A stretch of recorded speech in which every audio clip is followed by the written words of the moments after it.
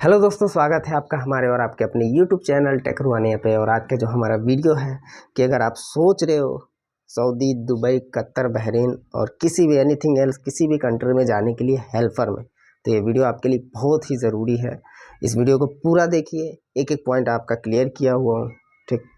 और अपने भाई को टेक रुआनिया चैनल को सपोर्ट करें। अगर कोई जाना चाहता है हेल्पर में तो ये वीडियो प्रॉपर आप देखिए, पूरा शुरू से आखिरी तक मैंने बताया उस चीज़ को। और अपने भाई को टेक रुआनिया चैनल को सपोर्ट करें ताकि ऐसे वीडियोज़ आपको मिलती रहे। तो जैसा कि आप सभी को पता है कि काफ़ी ऐसे लोग हैं जो कमेंट करते हैं कि क्या मैं गल्फ़ में जो विदेश की कंट्री है, जैसे सऊदी हो गया, दुबई हो गया, कतर हो गया, ओमान हो गया, बहरीन हो गया, बहुत से एनीथिंग एल्स कितनी भी कंट्रियां हैं, ठीक है। काफ़ी लोगों का कमेंट आता है कि क्या मैं हेल्पर में जा सकता हूँ, वहाँ पे काम कर सकता हूँ, ठीक है, क्या सैलरी रहती है, ठीक है, आने वाले में ग्लो मिलता है कि नहीं मिलता है। तो देखिए भाई, एक चीज़ हम आपको क्लियर कर दें, बाहर में गल्फ़ में जितनी भी कंपनीज़ हैं, चाहे जितनी भी चीज़ें हैं, ठीक है, उनको चाहिए सिर्फ काम, उनको चाहिए सिर्फ काम।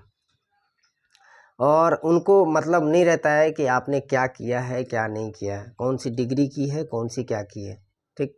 अगर वो बाय द वे आपको हेल्पर में लेके आए, ठीक, अभी उनकी डिमांड है कंपनी की कि हमको हेल्पर ही चाहिए, 100 हेल्पर की ज़रूरत है किसी कंपनी में। तो वहाँ पे क्या रहता है कि अगर आप सोचते हो कि मैं थोड़ा पढ़ा लिखा हूँ, मैं वहाँ जाऊँगा तो शायद किसी काम में, अच्छे काम में लगा दें, चाहे ये है वो है, ऐसा चीज़ें हैं। तो देखिए, अगर आपके पास मान चलिए हाई स्कूल, इंटर कुछ पढ़े लिखे हैं, थोड़ा मोड़ा नॉलेज है, थोड़ा मोड़ा कुछ जान देते हैं, ठीक। तो सबसे पहले तो भाई देखो, अगर हेल्पर में जाते हो तो थोड़ा मोड़ा तो काम करना पड़ेगा। अगर आपका अच्छा व्यवहार रहा, सब कुछ अच्छा रहा, आप पढ़ने लिखने में अच्छे हैं, तो बाय द वे कहीं आपको ऑफिस वर्क में मिल जाए, ठीक। नहीं तो वहाँ पे क्या है, स्ट्रगल करना पड़ता है। आप चाहे हेल्पर में जाएँ, चाहे किसी भी पोस्ट, डायरेक्ट आपकी पोस्टिंग किसी भी जगह पे नहीं जाती है। पहले आपको 6 महीना, साल भर, 1 साल कहीं न कहीं पे काम वर्क करना पड़ेगा। आप हेल्पर में जाओगे तो आपको कहीं मैकेनिकल में डाल दिया, कहीं सिविल में डाल दिया, किसी मेसन के साथ डाल दिया। मेसन के साथ डाल दिया, आप हेल्पर ही करते-करते आप मेसन का काम सीख जाओगे। अगर इलेक्ट्रीशियन के साथ डालता है तो आप इलेक्ट्रिक का काम धीरे-धीरे नॉलेज कर लोगे, ठीक है। तो यही मोटो होता है ज़्यादातर कंपनियों का कि क्या है ना, अगर वो ट्रेड में लेके जाएँ। कुछ-कुछ कंपनियाँ क्या है ना, बहुत चालू हो चुकी हैं गल्फ़ में भी। उनको मालूम है कि अगर हम एक इलेक्ट्रीशियन लेके आएँगे अगर किसी भी कंट्री से, तो हमको देना रहेगा, मान के चलो 1100, 1200, 1300 दिरहम या जो भी हो, ठीक। तो कंपनियाँ सोचती हैं कि एक हेल्पर अगर हम लेके आते हैं, तो उसकी कॉस्ट पड़ेगी हमको 800, 900 दिरहम, ठीक।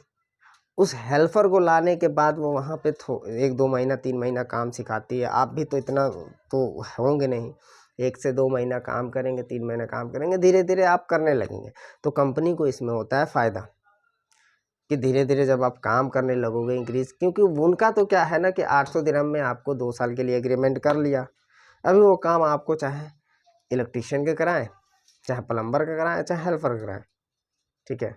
तो इसमें क्या रहता है कि आपको अगर काम सीखना है तो आप वहाँ पे जाके काम मत सीखिए, क्योंकि जाने में मान चलिए आपको 1,80,000 ऐसे करके तो लोग आजकल 1-1 डेढ़-डेढ़ लाख रुपए ले रहे हैं हेल्पर में जाने के लिए।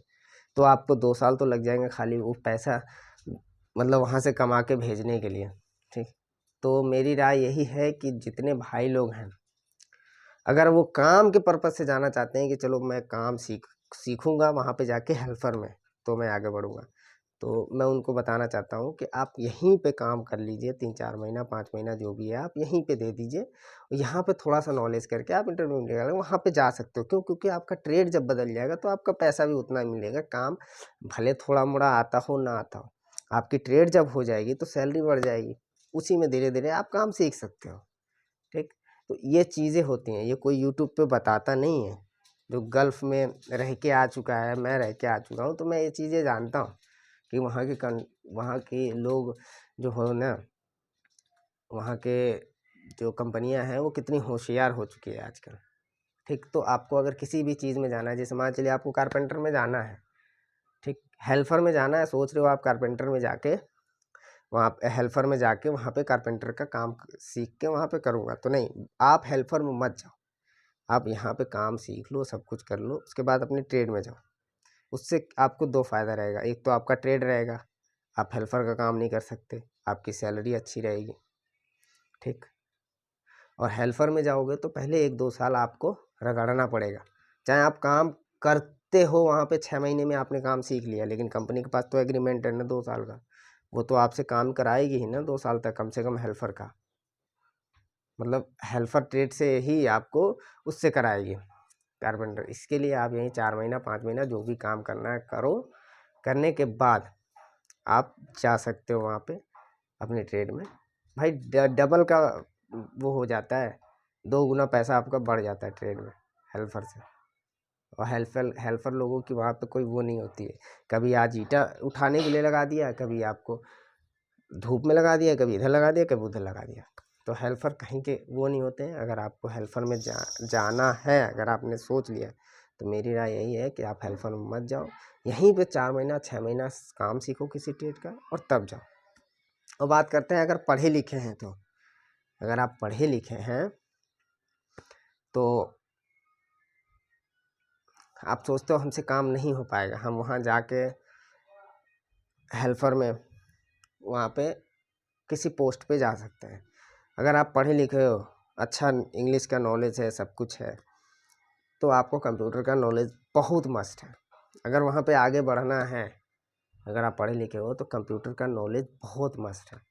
अगर आपको कंप्यूटर आता है तो कम से कम 60% चांस है कि आपको ऑफिस वर्क में थोड़ा सा मिल जाएगा, कहीं ना कहीं स्टोर कीपर मिल सकता है, टाइम कीपर मिल सकता है, असिस्टेंट में ही मिल सकता है, मगर आपको कंप्यूटर आना चाहिए, ठीक है। तो अगर रिस्क लेके जाना चाहते हो हेल्पर में तो आपको प्रॉपर कंप्यूटर आनी चाहिए, तभी कहीं ना कहीं किसी की किस्मत अच्छी होती है कि असिस्टेंट टाइम कीपर बन जाता है कंप्यूटर की वजह से।